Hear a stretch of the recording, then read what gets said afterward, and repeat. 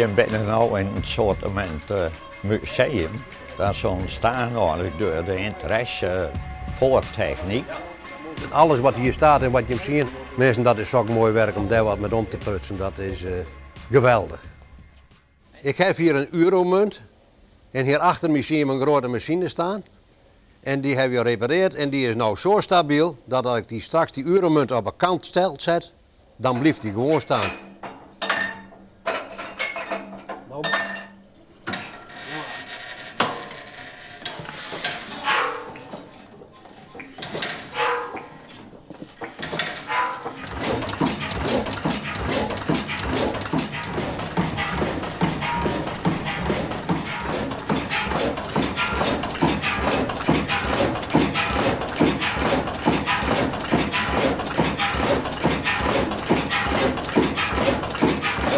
Die hebben we nou zelf draaien hoort en zien.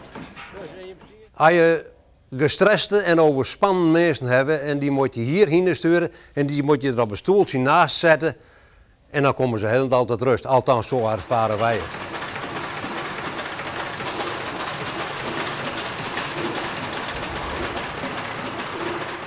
Waarom ben je hier vrijwilliger bij het museum? Je komt hier tot rust.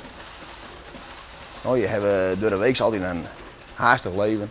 En hier als je zaterdags over binnen, nou, dan kom je tot rust.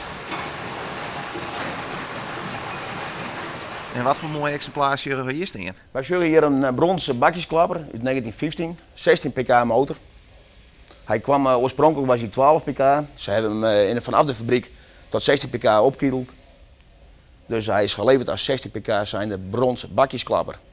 En nog heb ik begrepen dat je wel eens wat ruzie hebt met deze. Ja, als we met z'n tweeën binnen, doet hij het altijd. Maar hoe weet dat we wat publiek erbij hebben, dan heeft hij wel eens de neiging om mij voor gladiool te zetten als het ware. We geven hem eerst even wat lucht.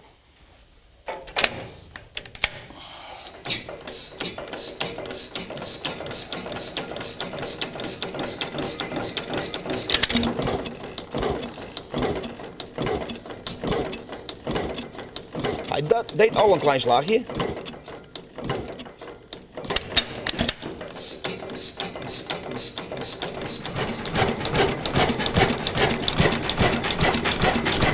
Je werd er net al ongesteld deze keer. Nee, ik geniet er zuur van. In één keer raak.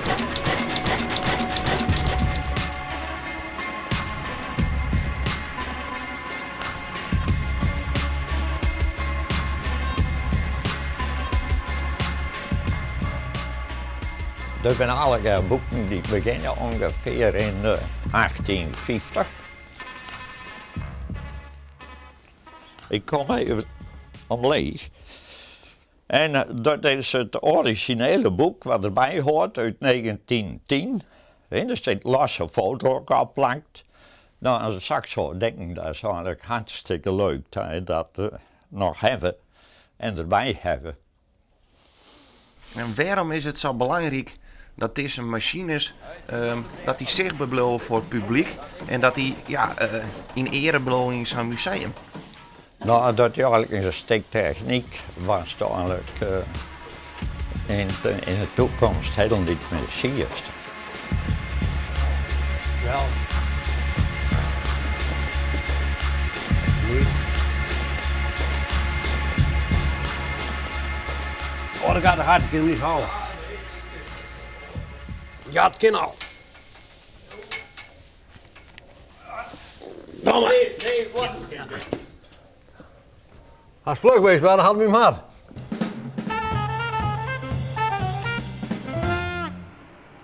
Goeie. Hoi. Kameraad. Is dit het kaaierploegje? Ja. Je moet een keer praten. En waarom ben je mooi hem draaien even, de kaaier in? Ik wil altijd mooi draaien, hè? Tenminste, zij ben altijd. Ik net altijd. Maar Piet hebben ik geen mooi. Hij begreep hem ook al. Maar hoe is dat eerst zo ontstaan? In de vet win nu. En dan zijn we met wat aan zijn lichaam doen. Nou, dan is het wel. Alle dagen in een trapje, vergemaal. En hoe lang is dat tripje? Ja, oorloeren. Oorloeren. Ja, een beetje minder, ja. Hij is wat doordrijven. En waar heen we het dan hoe? Ja, vroeger wel, keertsen wel. En al die dingen wel mee, joh.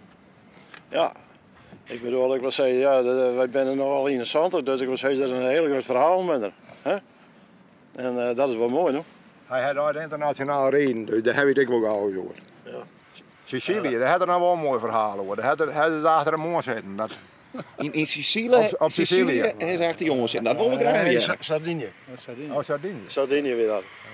Nou, dat is als ik je vertelde, moest ik los en toen werd dan een beetje let wissel en toen werd ik weer aan het poedelen in zo en dan steed je erin als een zwarte man aan de zijde van de auto en ik denk, toen moest je net wijzen. Ik zal hem eerst maar even helpen. En toen had ik hem eerst maar zijn dat de vertrekken moest, maar dat deed hij net. En toen had ik hem even helpen. En ik heb een klampje zo en toen is hij al gedreven. Die heeft een skoop gekregen, een mooi Friese klomp. Nou, een scherjantje. Een scherjantje. Ja. Maar als je had je wel alleen binnen en ik wil zeggen, er zit hier in mijn hoek, dan vertrouw je dat net.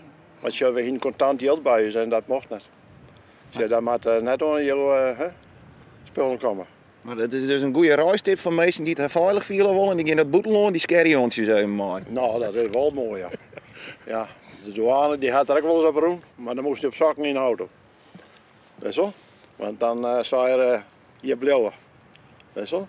Ja. Maar ik geloof wel dat je mooi hem mooi te kuiering in kennen, want jouw kuiermaat die heeft een mooi verhaal, wat jij weet nog. Ja, zeker. Ja, ik wil zeggen, als je tot 30 jaar rijden, dan is dat dan ook altijd wel een verhaal.